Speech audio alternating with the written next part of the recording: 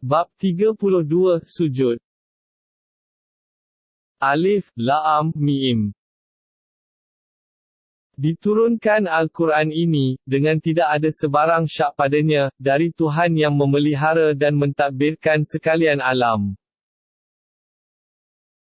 Orang-orang kafir tidak mengakui hakikat yang demikian, bahkan mereka mengatakan, dialah Muhammad peace be upon him yang mengada-adakan Al-Quran menurut rekaannya.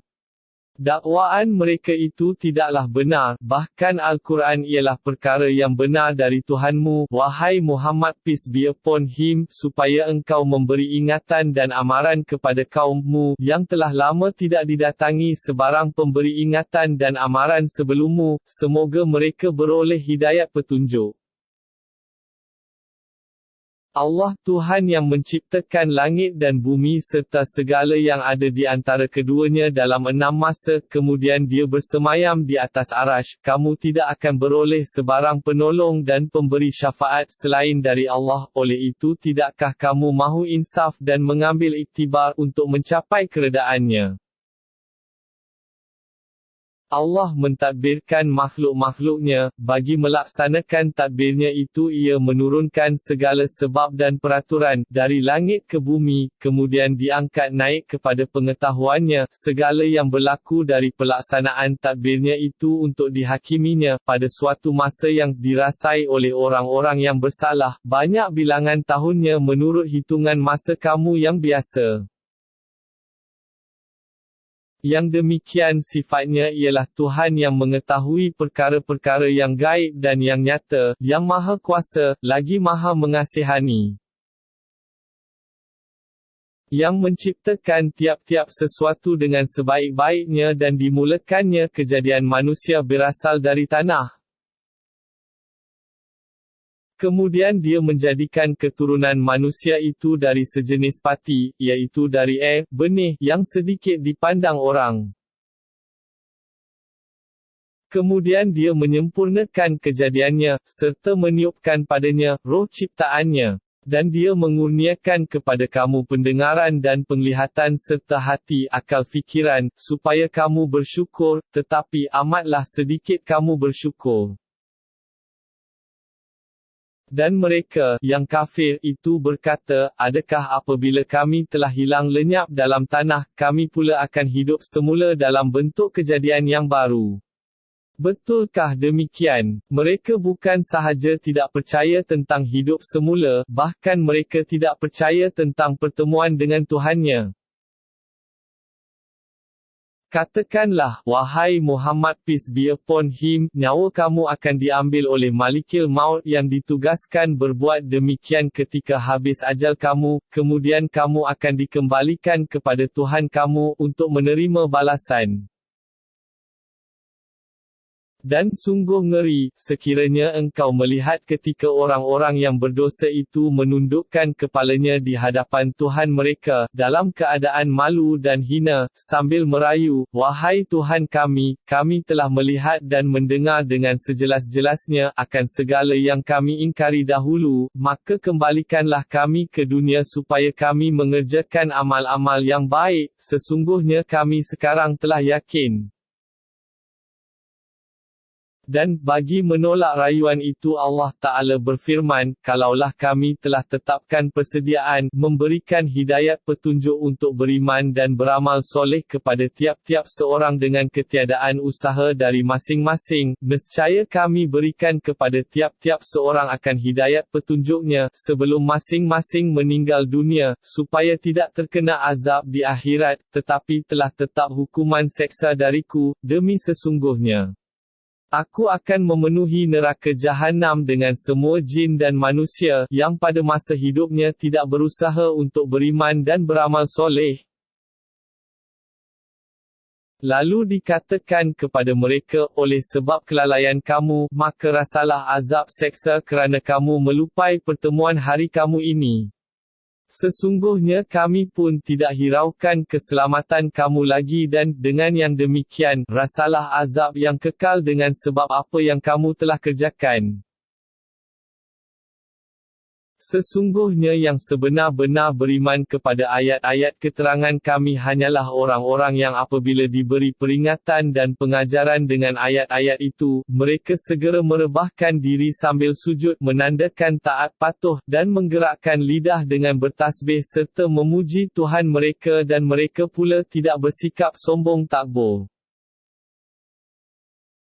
Mereka merenggangkan diri dari tempat tidur, sedikit sangat tidur, kerana mengerjakan sembahyang tahajud dan amal-amal soleh. Mereka sentiasa berdoa kepada Tuhan mereka dengan perasaan takut akan kemurkaannya, serta dengan perasaan ingin memperolehi lagi keredaannya, dan mereka selalu pula mendermakan sebahagian dari apa yang kami beri kepada mereka.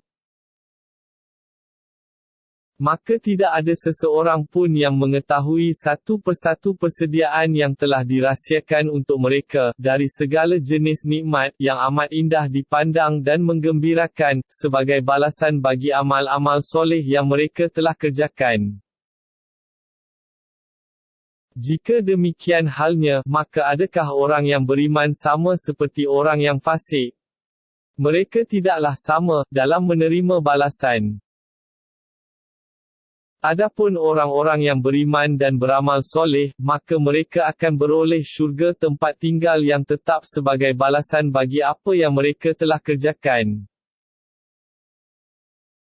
Dan sebaliknya orang-orang yang fasik, maka tempat kediaman mereka ialah neraka. Tiap-tiap kali mereka hendak keluar dari neraka itu, mereka dikembalikan kepadanya, serta dikatakan kepada mereka, rasalah azab neraka yang kamu sentiasa mendustakannya di dunia dahulu.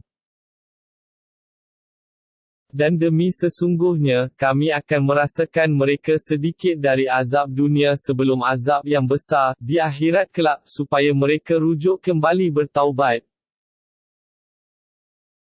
Dan tidaklah ada yang lebih zalim daripada orang yang diberi ingat dengan ayat-ayat Tuhannya, kemudian dia berpaling daripadanya, dan tetap mengingkarinya.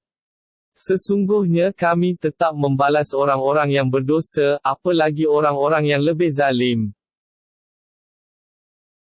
Dan demi sesungguhnya, kami telah memberi kepada Nabi Musa kitab Taurat, sebagaimana kami berikan Al-Quran kepadamu wahai Muhammad peace be upon him, maka janganlah engkau ragu-ragu menyambut dan menerimanya dan kami jadikan kitab Taurat itu hidayat penunjuk bagi kaum Bani Israel. Dan kami jadikan dari kalangan mereka beberapa pemimpin, yang membimbing kaum masing-masing kepada hukum agama kami, selama mereka bersikap sabar, dalam menjalankan tugas itu, serta mereka tetap yakin akan ayat-ayat keterangan kami. Pertentangan di antara satu golongan dengan yang lain itu, sesungguhnya Tuhanmu sahajalah yang akan memutuskan hukumnya di antara mereka pada hari kiamat, mengenai apa yang mereka berselisihan padanya. Dan belumkah lagi ternyata kepada mereka, yang kafir itu, bahawa kami telah binasakan berapa banyak dari kaum-kaum yang kufur ingkar dahulu daripada mereka padahal mereka sekarang berulang-alik melalui tempat-tempat tinggal kaum-kaum itu.